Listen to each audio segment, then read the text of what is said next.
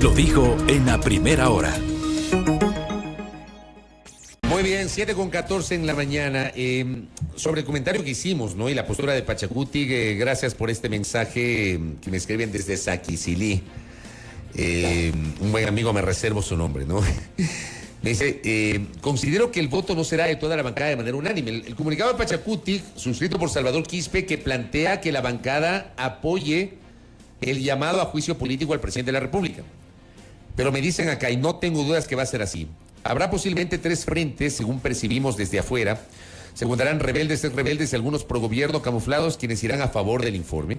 Se mantendrá la postura quienes dicen correísmo y lacismo en el mismo o irán a abstención. Y votarán en contra del informe quienes abiertamente están a favor del gobierno a pretexto de falta de sustento, no es constitucional, etcétera. Una lectura desde afuera. Gracias por esta lectura sobre lo que podría pasar el día sábado. Insisto, el sábado se conoce el informe de la Comisión Ocasional y la Asamblea debe resolver sobre ese informe. No es que el sábado ya comenzará el trámite de juicio político, porque esto, como les explicaba hace minutos, alguien tiene que presentar con el aval de 46 firmas de respaldo al menos la solicitud motivada del juicio político y ahí comenzar todo el trámite que me tomé el tiempo para explicar a nuestra audiencia. Bueno, dejemos ese tema de lado, porque, digamos, tras el resultado electoral está clara la configuración del nuevo Consejo de Participación Ciudadana y Control Social, que finalmente, y fruto de la victoria del no en las 8 preguntas del referéndum constitucional, este organismo no perderá su atribución de nominar a 77 autoridades de control. El 14 de mayo tendremos un nuevo Consejo de Participación Ciudadana, el segundo en la historia de este organismo que se eligió por la vía del voto popular. Augusto Verduga visita nuestra mesa de trabajo. Él, según el registro del Consejo Nacional Electoral, se convirtió en el candidato al Consejo, en el grupo de los hombres, más votado. Y nos visita acá. Augusto, bienvenido. Buen día. ¿Cómo le va? Muy bien, Fabricio Belkis. Un placer siempre estar acá. Estoy a su entera disposición. Gracias, Augusto Verduga, por visitar nuestra mesa de trabajo. A ver, tras esta victoria, evidentemente, hay algunas lecturas, ¿no? Primero me gustaría saber cómo asume usted el pronunciamiento popular sobre los 7 consejeros electos, los más votados.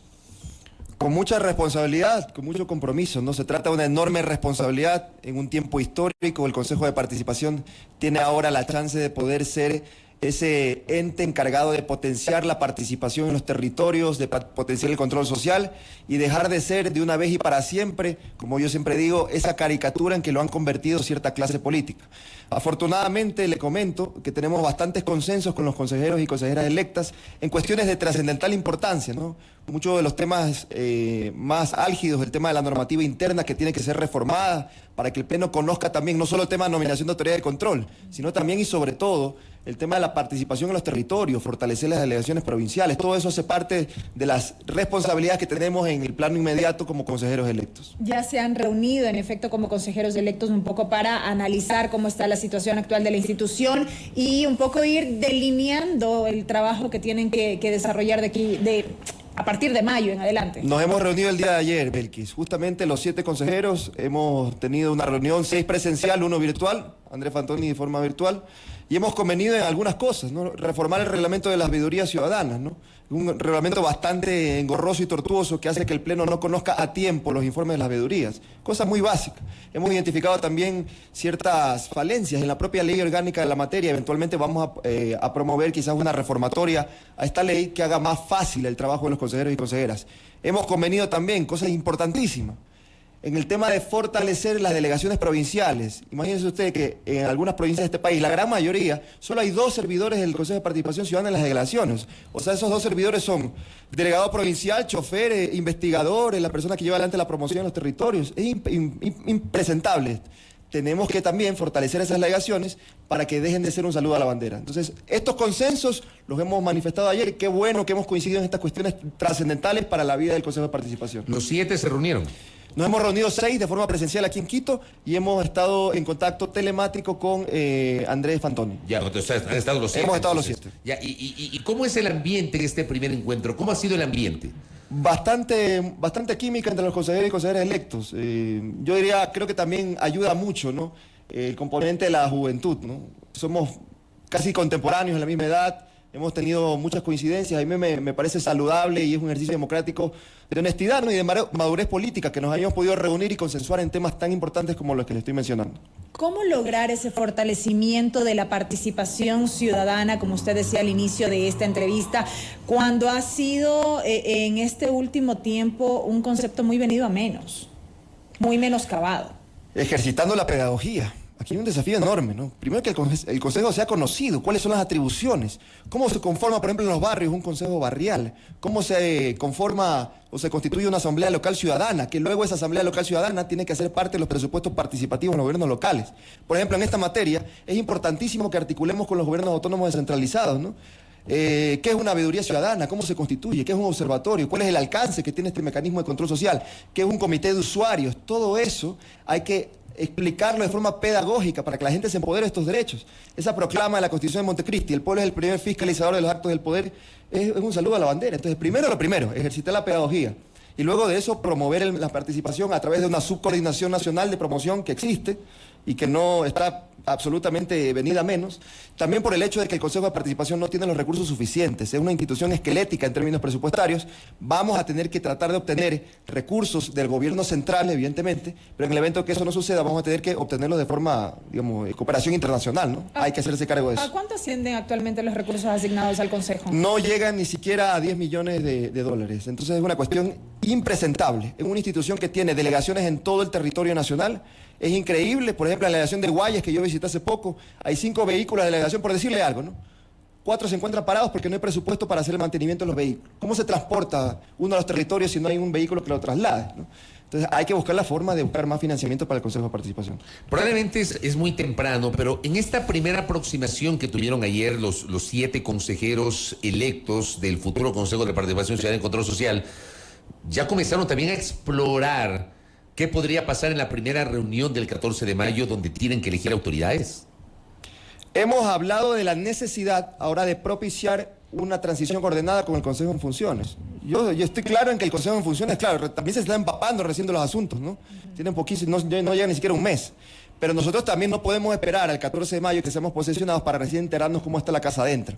Hemos convenido también el día de ayer en la necesidad de hacer un requerimiento formal a la presidenta del Consejo de Participación para provocar una reunión con los consejeros electos y así poder empaparnos de cómo es el trámite, cuál es el estado de los procesos de nominación de autoridades de control, sobre todo Contralor General del Estado, Defensor Público General y renovación parcial de la Corte Nacional, del Consejo Nacional Electoral. Pero no me contestó la pregunta, si es que empezaron a hablar tal vez o a explorar primigeniamente posibilidades de quiénes podrían asumir presidencia y vicepresidencia. No hemos tocado ese tema. Todavía no hemos convenido en eso. Creo que lo de fondo ahora es tratar de verificar cuál es la normativa que no es funcional a los intereses de estos consejeros electos.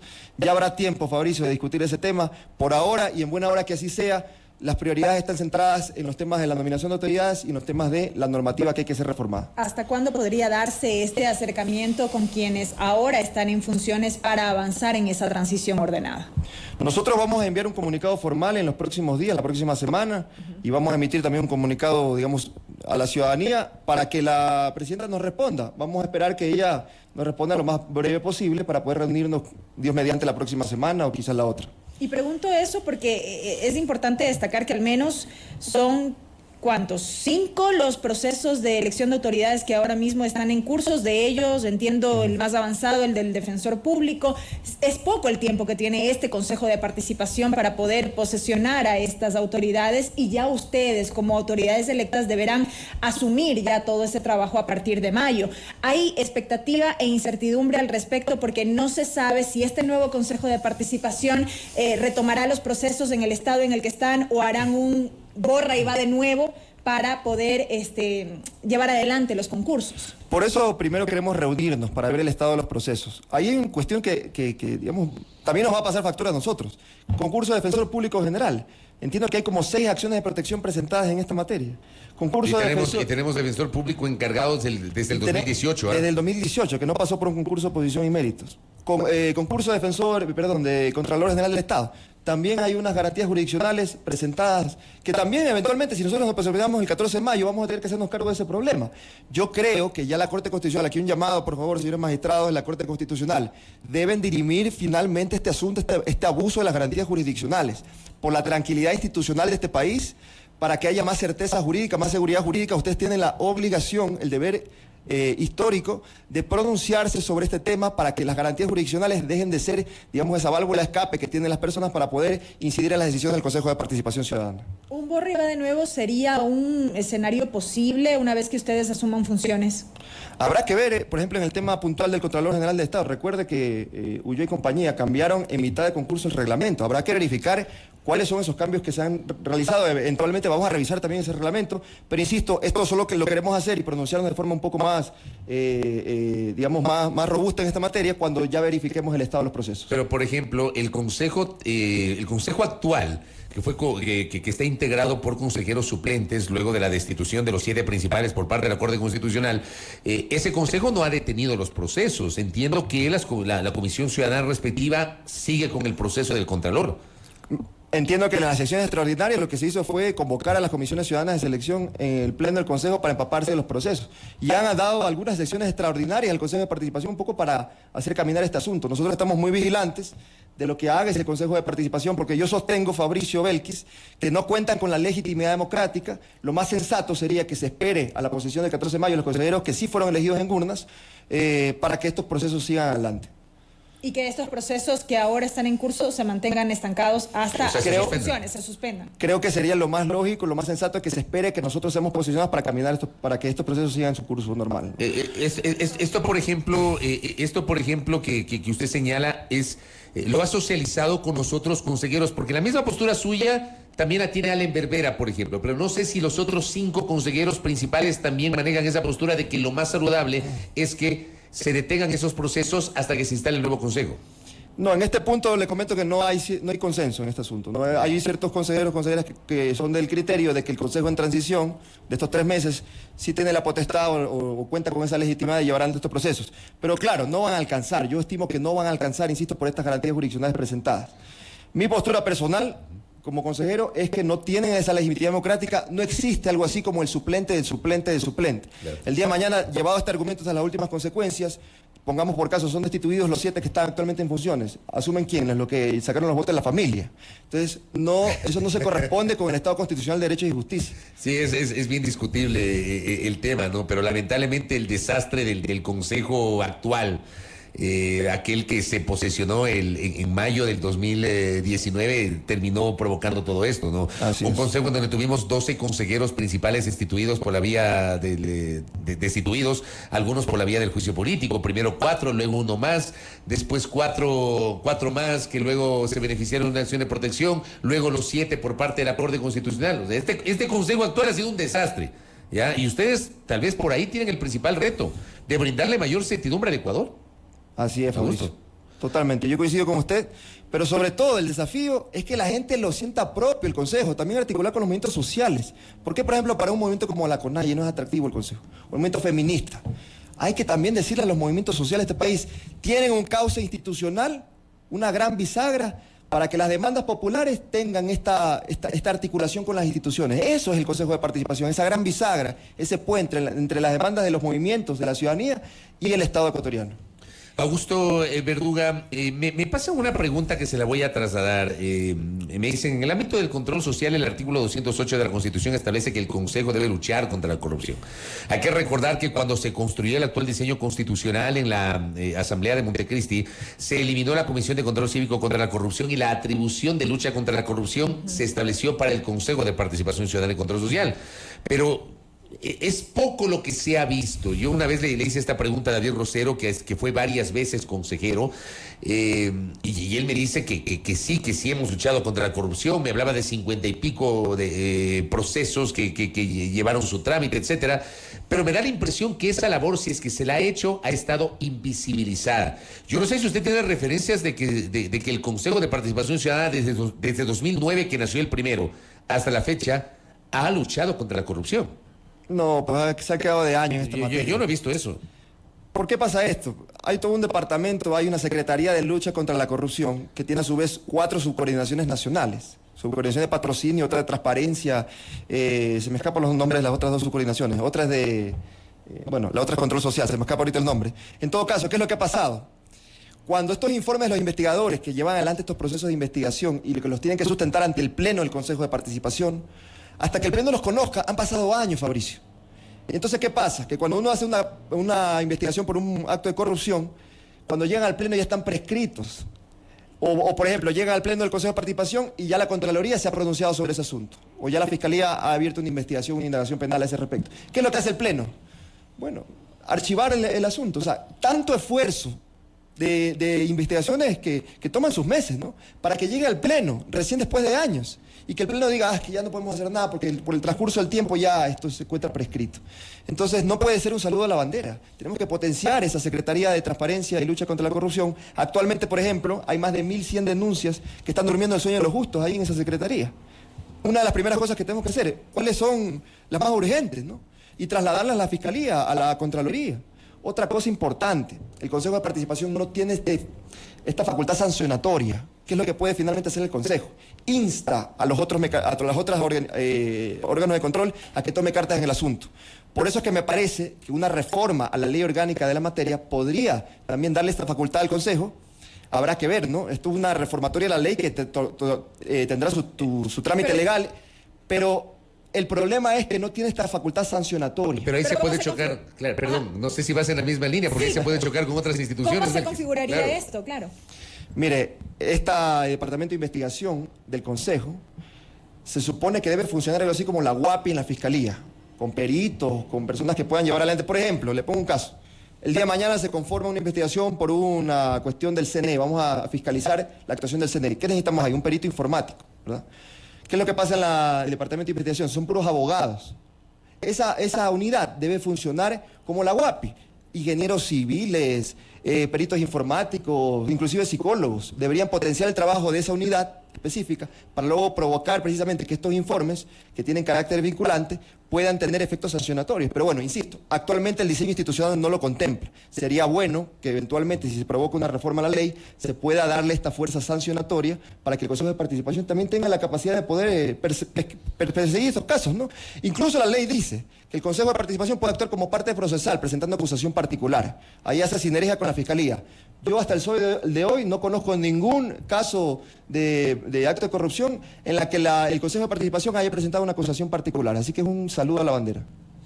Volviendo al tema de elección de autoridades, el referéndum no pasó y como sabemos, en el referéndum propuesto por el gobierno se planteaba que esta atribución de designación de elección de autoridades pase a la Asamblea Nacional.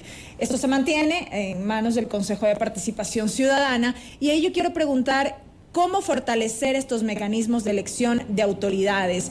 ¿Qué cambios o modificaciones ameritan estos procesos para alejarnos un poco de lo que ha sido la crítica en este último tiempo de cómo se han llevado adelante? Hay algunas propuestas en esta materia. Por ejemplo, yo le he escuchado a la consejera Nicole Bonifaz decir que los reglamentos de la veeduría ciudadana deberían ser como homologados, ¿no? Que no haya un reglamento por cada uno de los concursos. ¿Yo qué he dicho? Yo me hago cargo de mi propuesta. Me parece que lo más lógico es que se llame un sorteo público en la fase final del concurso para que se transparente la designación de autoridades. Primera fase de méritos, segunda fase de impugnación ciudadana, tercera y última fase, que entre un banco de los mejores puntuados postulan 100 para ser fiscales generales del Estado.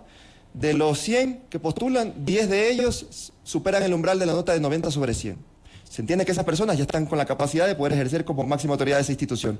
De entre esos 10, vamos a un sorteo público para designar por el método democrático aristotélico, el sorteo público, cuál debería fungir como máxima autoridad de esa institución. Me parece que con algo así se podría transparentar los concursos y se podría hacer más céleres y más rápidos. Eventualmente, yo voy a provocar un amplio debate público en esta materia. Lógicamente, como es un cuerpo colegiado, habrá que ver si esto tiene recepción por parte de los otros consejeros y consejeras. No es un tema sencillo, ¿no? No es un tema de reformar la normativa interna, pero hay que provocar estos debates. Me parece que es lo más lógico y lo más sensato. Augusto, en la recta final de este diálogo, remontémonos a la campaña electoral. Usted, conjuntamente con otros 6 candidatos, aparecieron como los 7.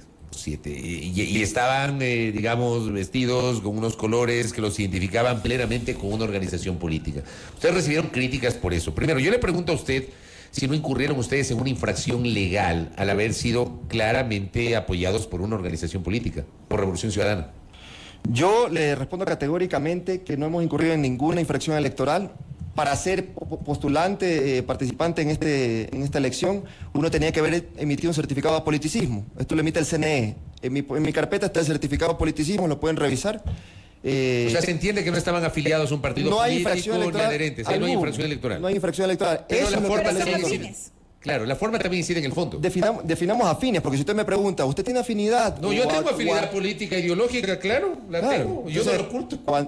Si nos van a jugar por el color de la camiseta, yo decía siempre en entrevistas, ¿no? Estaría bueno que nos valoren por las propuestas que tenemos en mente para impulsar el trabajo del Consejo, no por el color de la camiseta.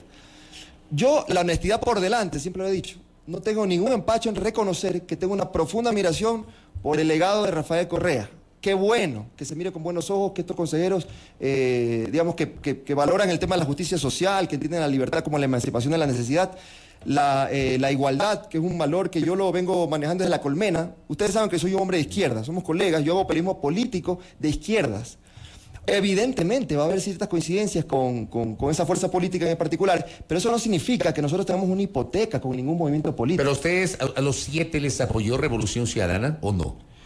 Si un retweet en las cuentas personales del candidato significa apoyo, pues entonces ese apoyo... Pero sí, como estructura partidista... de ninguna manera, Fabricio, de ninguna manera. Pueblo ecuatoriano, sepan ustedes que nosotros, inclusive cuando estuvimos en el CNE, nos censuraron unas frases y nunca tuvimos a lo largo de toda la campaña la posibilidad de financiarnos de forma privada. Esto fue un corset que puso el CNE en la reglamentación para este proceso electoral. Nosotros no podemos ni siquiera pautar en redes sociales. Y ahí pueden revisar, pueden hacer toda la fiscalización que quieran y sepan que nosotros nos hemos movido con nuestros propios recursos. Yo, en mi caso, he tenido que echar mano de mis propios recursos para hacer visitas en territorio. Yo me moví a algunas provincias de este país y no he recibido ningún tipo de financiamiento. Pueden fiscalizar todas mis cuentas, pueden fiscalizar todos mis movimientos y pueden darse cuenta de que no he recibido ningún tipo de financiamiento. Augusto, usted, Allen Berbera y Yadira Saltos van a formar un bloque en el Consejo de Participación Ciudadana y Control Social que se instalará el 14 de mayo. Ojalá ese bloque sea de 7 consejeros y consejeras Pues patriotas. eso sería lo ideal, ¿no? Ojalá. Que sea un bloque de 7. Yo Pero miro digo, con- ¿ustedes parten un bloque de 3 o no? Nosotros tenemos coincidencias con Allen y con Yadira, evidentemente. Pero al día de ayer, le digo, me ha dado mucho gusto saber que con los otros consejeros y consejeras electas tenemos grandes consensos, grandes coincidencias en torno a temas fundamentales y neurálgicos del Consejo de Participación. El tema de lo territorial, sesiones itinerantes también del Pleno del Consejo en los territorios, fortalecer las delegaciones provinciales, fortalecer la subcoordinación de promoción de la participación ciudadana, darle un impulso a las veedurías, establecer pedagogía a través de escuelas de formación sobre qué es un observatorio, qué es una veeduría, qué es una asamblea local ciudadana. Todos estos son grandes consensos y creo que va a haber un antes y un después en esta institución a partir del 14 de mayo de 2023. Correcto. Estamos expectantes justamente del nuevo Consejo de Participación Ciudadana porque ustedes tienen un reto enorme, enorme. El resultado del referéndum por un lado, pero por otra parte, todos estos casi 4 años que lamentablemente el actual Consejo no ha podido funcionar con agilidad y con lo que el país esperaba en cuanto a sus expectativas. Augusto, muchas gracias. Un placer, Fabricio Belkis. Gracias a Augusto Verduga, que ha estado con nosotros, consejero electo del Consejo de Participación Ciudadana y Control Social. Primera plana. Todas las noticias, todas las voces.